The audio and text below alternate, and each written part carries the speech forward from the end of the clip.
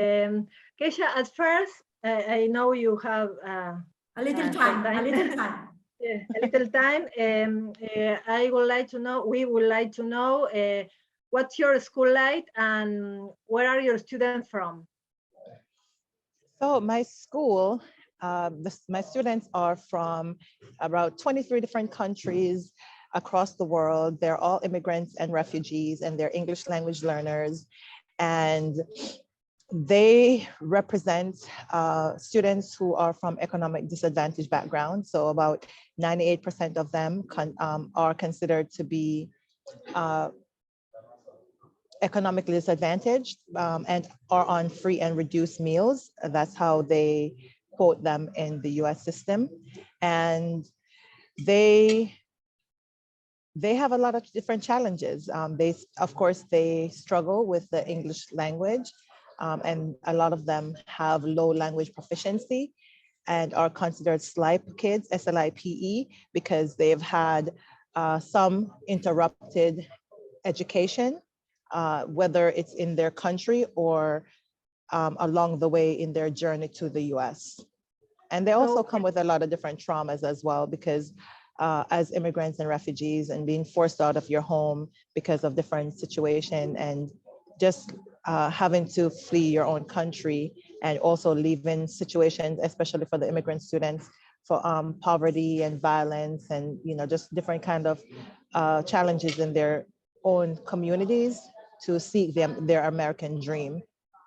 So that you are used to working with immigrants and people with low resources. Yes. Who consider that university is not for them. Yes. How do you encourage them to finish their high school education and to go to the university? Do you tell them about your experience? Yes. Yeah. So it's honestly, with that population of students, it's very challenging trying to motivate them, because how the US system is set up, they don't see a pathway to success for themselves. A lot of them come into the country because they are newcomers and have no English. When they come in, say maybe at a high school age, they have to go back to middle school. And so by the time a lot of them get to graduate, they're already 20. And so they don't see themselves going to college, because a lot of them, by the time they graduate as well, they have not met the English language proficiency standard, because it takes 7 years to, and most of them, by the time they come into high school, they only have 4 years. So there's a deficit of 3 years. And so thinking about going to college with that challenge and the language barrier, most of them don't see it possible. However, we really try to create successful pathways for our students. One of the things I do at the beginning of the school year is make all my students write their college application essay, just to motivate them and let them know that college is a possibility. And even if they're not able to get into a 4-year college, there is a community school, the community college option. So you did a hard work. Yes, sorry. In order to motivate them, no? It's hard work you did. Yes, it is hard work to motivate them. But like I said, one of the things that I really connect with them is, telling our stories. And part of that is telling my story, let them understand my story and how I come to be a teacher, and how education, especially college education, played a major role in my level of success as an immigrant, and how it opens up many different pathways for me, and how it can open up a lot of different opportunities for them to access their future as well. And just the fact of them telling their stories and using their stories to complete their college application. A lot of our students do get scholarship awards, but unfortunately, a lot of them still do not go to college, because those scholarship awards do not necessarily always cover the whole 100% of the college expenses. And so they have to forfeit their scholarship, which is, which is sad in of itself, but it at least gives them hope to know that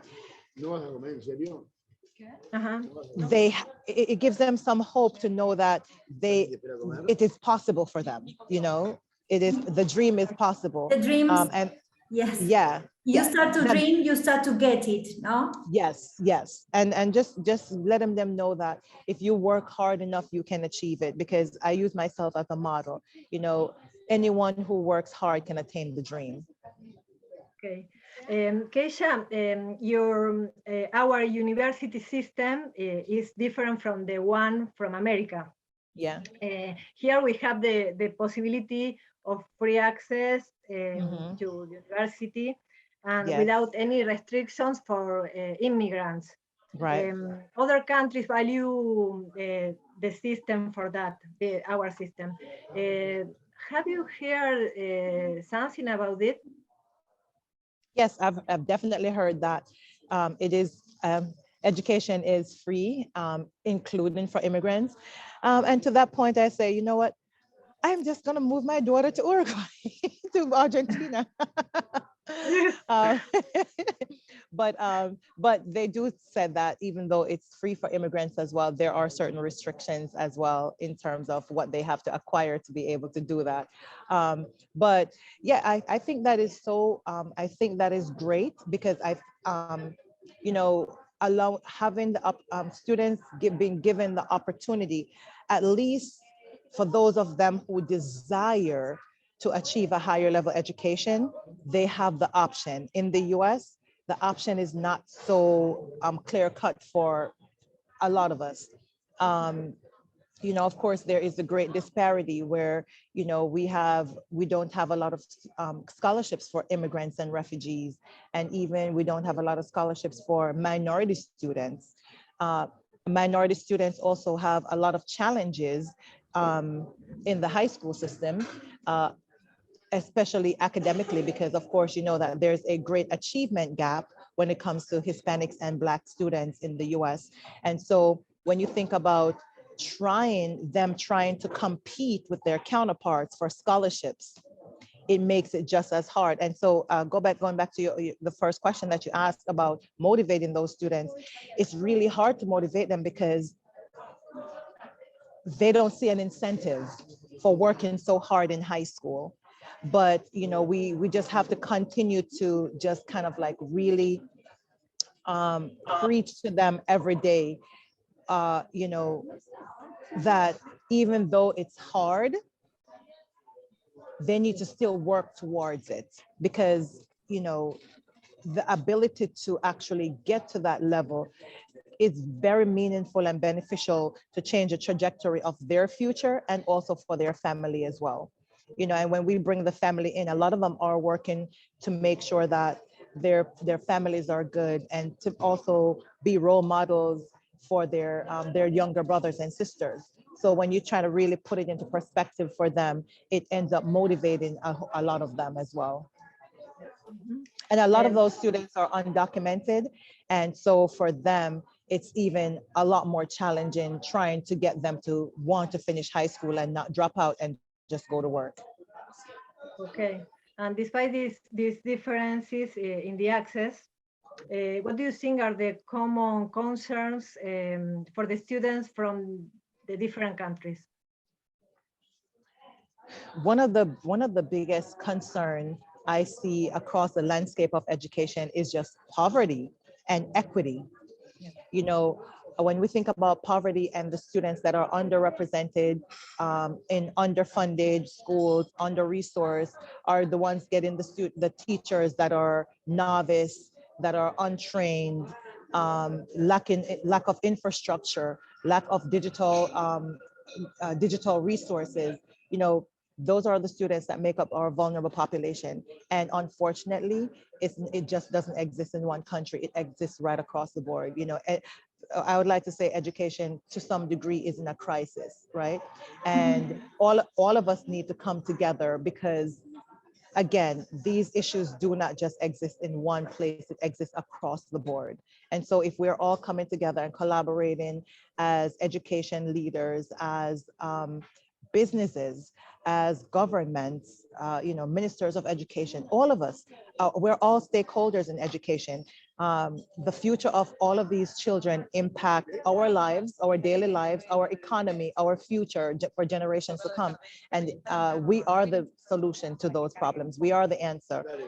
And that's one of the reasons why I'm so glad that I'm able to get this platform, and the Varkey Foundation gave me this platform because I'm able to travel to different places and just talk about some of these inequities and like really have personal conversations with a lot of these ministers, because unfortunately some of them don't see the bigger picture, you know. So having the opportunity to really sit with them and let them know that these are issues across the board and we all need to come together if education is going to progress, and if our societies are going to progress forward. Ale? Yes, that I was thinking that she is a person, a teacher, an example that motivates teachers in the world through Varkey Foundation, no? Because in other way, we will not be able to meet Yes. you to inspire, Yes. no? One to others to get stronger in the world, because our role, you, Yes. the teachers are very important in the world. Yes. Yes, it is so important because we're on the front line of education. We know what happens inside of the classroom. We see all the things that our students need, and nobody gives us a seat at the table. Nobody asks us any questions. Nobody asks us for the solutions when we have the solutions. And so this is an important platform that allows us to be able to do that. You know, for us to be able to share, for us to advocate for students and teachers at a higher level. Like you said, you know, when I go into those board meetings, school board meetings, they give you 3 minutes or they give you 90 seconds, and then that buzzer goes off, and then they tell you to sit down whether you're finished or not.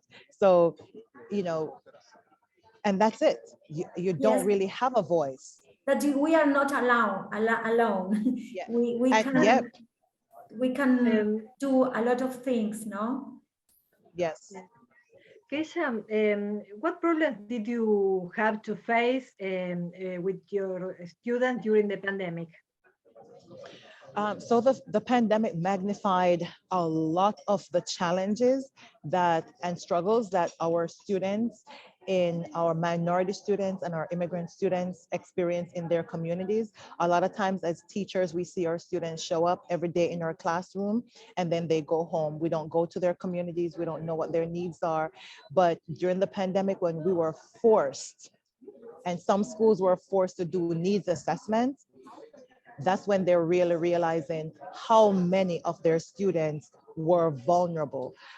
You know, my students once we did our needs assessment, my students had food insecurity was number 1, personal hygiene need was number 2, rent was number 3. Who would have figured, right, that so much of our students were displaced during the pandemic?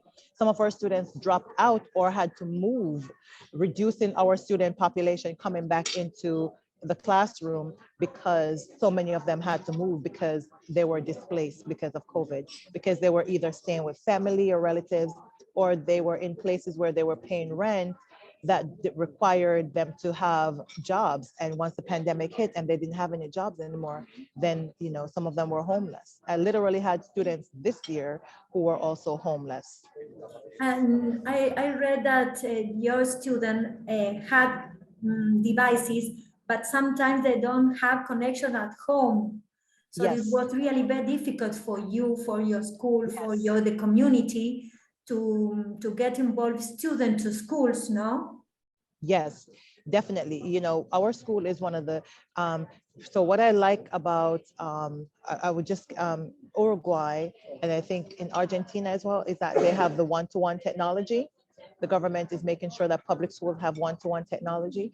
In the US and in my school district, that is not the reality. But my school, which is a special school, we do have one-to-one technology. But once the pandemic hit, we realized that now we're realizing, oh, this is why Johnny didn't do his homework. This is why Susie didn't do her homework at home. They don't have connection. They don't have, but we didn't put 2 and 2 together to figure that out during the regular scope of the school year until the pandemic hit, when we were forced to make sure everybody is connected. And so as teachers, we're not asking those questions. When Johnny doesn't come to school or Susie doesn't come to school with their homework, we give them an F, right? And we tell them, you know, it's your fault you didn't finish it.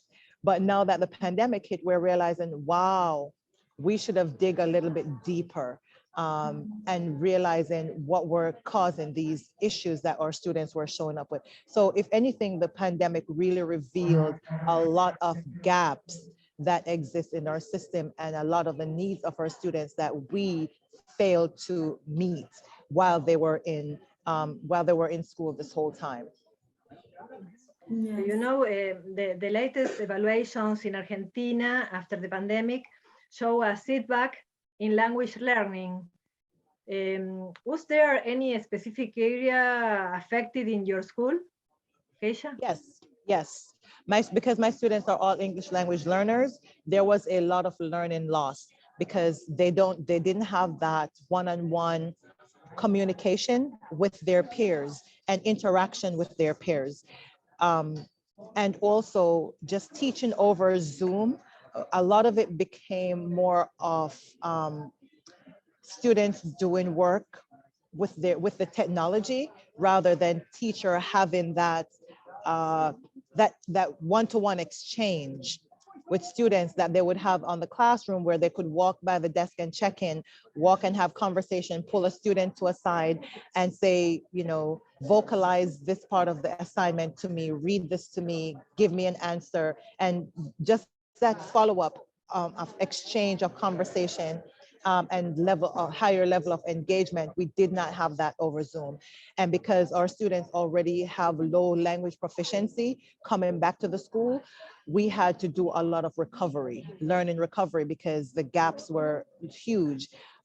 Even in our scores, our assessment scores, our benchmarks were definitely lower than when we were in school before. But thank God that this year we dug really deep in, and we saw a lot of our students start hitting those marks again and start scoring some high scores on their reading benchmarks. How much importance do you give to sports? Sports, you know, it's very important for especially our vulnerable population of students to invest in sports, invest time in sports, because I can talk from my experience. You know, sports was a vehicle out of poverty for me because it allowed me to get a scholarship to college. You know, I encourage my students to do sports because not all the time they have the acumen to be able to complete the SATs or to have straight A's to get an academic scholarship in college. And so that's just another route or avenue that students can take to be able to access their dreams. A lot of our students, because they also live in impoverished neighborhoods that are also not safe and does not have a lot of positive influence or community-based organization that they can go to as an outlet or support after school, we really encourage them to stay back to school and do sports because it becomes a positive outlet for our students. And also, like I said, our students, especially our soccer students and our track and field students, compete at a high level. So we've had students who have been able to receive track and field scholarship and soccer scholarship as well. Including sport at school are strategic, not for students to be secure, to be together, to work in group. The sport, I think, or we think that are an essential subject for students. Yes, Okay. and we would like to know also what impression has Argentina made on you? My internet is unstable. Did you listen? She's Okay. not. What impression has Argentina made of you when you are just arriving No, you sent me a WhatsApp that you was just arriving 1 day ago, I think. Or 2 days ago. When did you arrive? No escucha. I think she's No? not hearing. Are you hearing? Now? No? No? No. No, No, she's no, not hearing. Ah, Oh, you are not hearing? Oh, now I'm hearing, yes. Yes? okay. Yes. We are asking you what, how are you feeling? What do you think about Argentina? Because you are just arriving at our country. And You what send impression a has WhatsApp made? and you tell me, yeah, I am just arriving. And Yes. I tell you, well, let me know if you need something. And Yeah. Yes, I had an opportunity. I came in on Sunday, so I had an opportunity to walk around a little bit. Went down by the river. It's really beautiful. It's really beautiful. And just to get to, oh, and we went to the market, and I it like is your that. first Yes, we time went to- here, no? Isn't it? Is it your first time in Argentina? Yes, Yes. yes. Okay. And then we went to a traditional restaurant. So Okay. yeah. So I've enjoyed the experience so far. The tango? No, not yet. Not yet. The tango, And no. you will tango? No, no Did tango, you no dance? tango yet. You have Yes. to dance before going home. Yes, I'll make sure they make me dance before I go home. And I would like to meet you before going home. Okay. If it is possible for Maria Yes. Julia and me to meet you face to face. Yes, yes. Let, So let us know. We can go Yes. to your hotel or where do Okay. you? Yes, we can Okay, go. awesome. Yes. We can go, yes. And we are finishing because we have to leave probably. Yes. What expectations do you have in a participation in the Education Congress in Tucumán? You are living for Tucumán now. Yes. Yes. A little provinces. Yes, so I've spoken with one of the professors, and you know he talks about assessment is very important, and culturally relevant practices in education is so important for teachers because of the background of their students. And so I'm just happy to be a part of that, to really tell my story and to really impart some of my best practices that I have been doing around cultural relevant pedagogy, how to prepare students for to be globally competent, and also how teachers can use social emotional learning to really connect with their students and build relationships with them and prepare them for the path of success. And it's sure that you are going to motivate and to incentivize a lot of teachers in the Congress. Thank you. We don't Thank doubt you. about it. You transmit you. your passion, your I don't know. you encourage us. So in the Congress, definitely you will do that. Thank you. Well, you have been very kind. It was a pleasure for us. Thank you so much for having me. Have a good trip. Experience. Have a good trip. A good experience. A good experience. Yes. And then you tell us. I'll text you. Yes, I'll text you and let you know when. Okay. Well, thank have you a very good much. experience. Have a good trip. All right. Thank you. Thank you for your time. Thank you. Thank you. Thank you.